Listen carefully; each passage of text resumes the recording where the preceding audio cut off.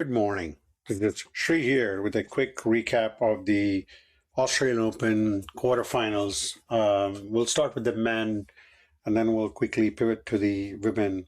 So, from the men's standpoint, as everybody knew, the match yesterday that happened between Alcaraz and Djokovic. And this was, and I got to watch at least the first, I would say the two sets. But when I looked at it, the first set, Alcaraz was definitely dominant, was able to put a lot of pressure on Djokovic. He had a serve going, and his first serve was actually at a pretty good percentage.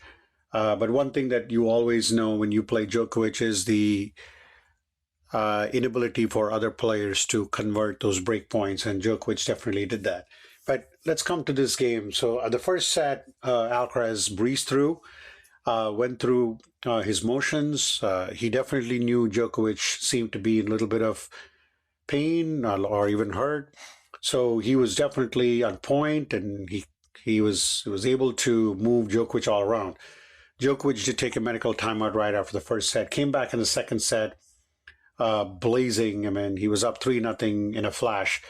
Give credit to Alcaraz, came back. Um, they were able to lock down at 4-all, but Djokovic definitely took his game to another level. This is something that both Djokovic and Alcaraz mentioned. I think Alcaraz, when he did see Djokovic, was kind of struggling.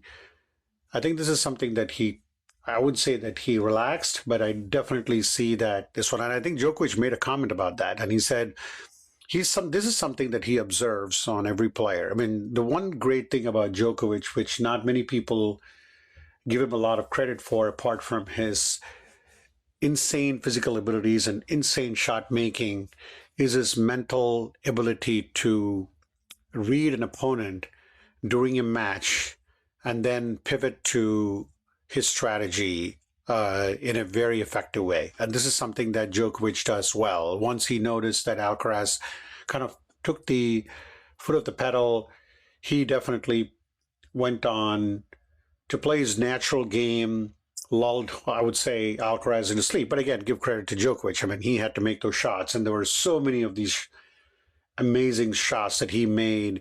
There was one point I thought Alcaraz would definitely put this game away. Djokovic was running behind. It was a great lob by Alcaraz, but Djokovic managed to, uh, put it in a place that only he can. Normally other players would have, when going chasing a lob, they would try to put it back, and the ball would be, or the opponent would be right at the net to finish off an overhead smash. But the way he did it was like he put it in such a very good spot in the middle of the court that Alcaraz had to step back. And by the time he did it, Djokovic was able to reset his position and then get the winning point. And and then once he was able to break Alcaraz early in the fourth set, it was just a matter of time that he wrapped it up. On the other side of things, you had Alex Zverev. I think we talked about this. He took down Tommy Paul. Tommy was as good as he has played, but Zverev definitely the second set, especially in the first and second set, both of them went to a tiebreaker, and Zverev was a way much better player. It shows, the experience definitely shows in that moments. And once he got that, again, give credit to Paul. He came back, won it at 6-2. But fourth set was Zverev was just on a different planet. Didn't make any mistakes. When you look at, Tommy Paul actually played better, but again, it comes down to, again, converting those critical break points. Zverev was more than 50%, while Tommy Paul had many chances for break points, but I was close to 35, 40%. That's not going to, and then to winning those two tiebreakers is definitely going to put a lot of energy for Zverev. So in the other ones, you had Sinner just literally wrapped up the match. He against Diminor, against the Aussie, and there was a lot of questions in terms of everyone asking about Sinner. I know he seemed visibly shaken in the last match, but he didn't seem to have that. He doesn't seem to have any effect, and he was as devastating as you can see, and not a chance for again. Sinner is not anyone who's going to blow you by your serve. And de Minaur got into, I mean, this is one game. De Minaur has actually been playing well, but when your serving percentage is close to 50%, you're not going to win many matches. And then Sinner was so effective, there was only one break point in all the three sets, and Sinner had close to 60% conversion in his break points. And that's where it is. And I think he was just incredible. He didn't give any chances for de Minaur, and this is a world number 8 ranked player. And then thinking about who Djokovic is going to play, he's going to play Zverev, and then if he beats Zverev, he's going to play Sinner. Again, if Sinner beats Shelton, let's get to that match with Sonego. But that would be an incredible run for Djokovic. Going back to the Shelton match, Shelton, we knew, again, both Sonego and Shelton, good servers. But Shelton, again, very critical moments. The way he's able to get, the way he uses his serve, and even at 4-5-4 in the first set, hits a deep serve, comes in, hits a great forehand, pushes Sonego to the corner, and by the time Sonego can recover, he's at the net finishing up the point. And that's one thing which has been a great dramatic improvement in his game. And Shelton definitely, I mean, even the third set was a very close third set. It was not anything that, either player couldn't have won, but Sonego made just one extra play to win that set. And then once it got to fourth set, very close tiebreaker, went all the way to the tiebreaker. Critical point, so Shelton just makes 2 extra shots to go up, and then once he got to 6-4, he was able to push Sonego on his backhand, and eventually when Sonego put the ball out, Shelton goes to his semifinal. So there you have it. You have the on Thursday you have 2 matches semifinal. You have the Sinner and Shelton and Djokovic and Zverev. And I definitely see in the first match, Sinner could be tested by Shelton. I definitely think he could be tested by Shelton, at least because he's got the serve.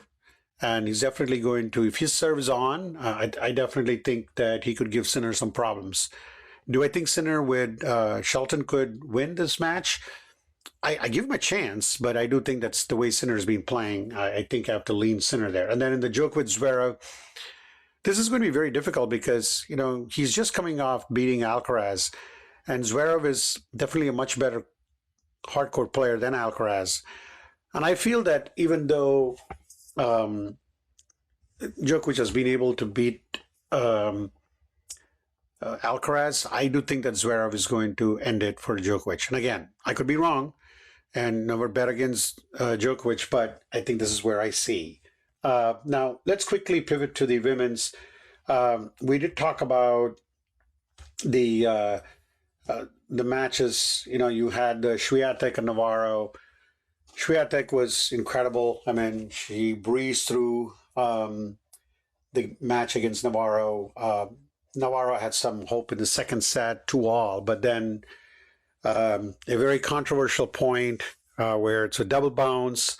There was some comments made by Navarro after the match about being a sports person and the sportsmanship and things like that. So something to be seen. I think the call was wrong. It was a double bounce. Something she mentioned about the locker room camaraderie. So this is not the first time a player has come out and openly talked about Swiatek. Talked about she's like a very almost like a stone cold killer out on the court, which you have to be, but I do think that you definitely need to earn the respect of your co-players. And that's something that when you look at some of the great players, both on the men's and the women's side that have played the game, both like Djokovic or the Federers and the Nadals, and then now you have the Sinners and Alcarazes, the relationship that they have with players is really something to be said about. The same thing, in the previous, when you had like Serena Williams and Venus, I know they were very tough competitors, but they were really respected on and off the court. And that's something that Swiatek has to work through. She has that, I would call it like this is a consistent thing that has been happening, not just with her. I think there were other players who have come up with and mentioned something about Swiatek. And again, it's unnecessary because her game is superior. But I think even 1 or 2 points, this is where you definitely have to show some more, I would say, class, I would say. In the other one, Madison Keys, American Madison Keys, moves on to the semifinal. You got a very interesting. I thought there would be three American women there, but it's going to be Swiatek and Madison Keys. And in the other one, there was a huge upset where Badosa took down Coco Gauff. I definitely, watching that game, you saw the amount of mistakes that Coco Gauff was making. A lot of very unforced errors and very, very, I would call it, uncharacteristics of Coco Gauff. She had way too many double faults, 6 double faults. Even Badosa's first serve was not great, but when you looked at the double faults, when you looked at the break point that she even got, I think she was making a lot of errors, and I think that's the where the game was lost in my mind. But Badosa, coming back from an injury, she said, listening to her in the post game, she was in a dark place. But the thing is that where she is now, excellent. I mean, this is somebody who was world number 2 at one point. So I definitely see a great match playing against who else? Sabalenka. And Sabalenka was actually tested this time. She had a very tough match, and I thought she would be winning much easily, but give credit to her opponent, who really took her, to the 3 sets. I mean, she had to work her way to win in 3 sets, 6-2, 2-6. The second set she lost, and then Anastasia was very good in terms of like pushing Sabalenka. But Sabalenka, great winner again. Her first serve percentage is always really good, and that really bodes well for someone like Sabalenka. Again, her serves, winning percentage on even her first serve, at 64%, pretty decent. And then the key is that converting the break points, 6 of 8. Even Anastasia was, she had 5 of 8. But the way I see this match was that I definitely saw Sabalenka play much more aggressive. She really pushed her opponent. And she deserves that victory. So now the semifinal there is set. As I mentioned, Sabalenka playing Badosa, Madison Keys playing Swiatek. Just my initial thing, I would say Sabalenka would probably beat Badosa, even though I think Badosa is going to push her to the limit. And then Swiatek is going to beat Madison Keys. So it's going to be a 1 versus 2, Sabalenka versus Swiatek in the final. That's my prediction. So with that, we wrap it up. So looking forward to all these matches. Thanks again for listening.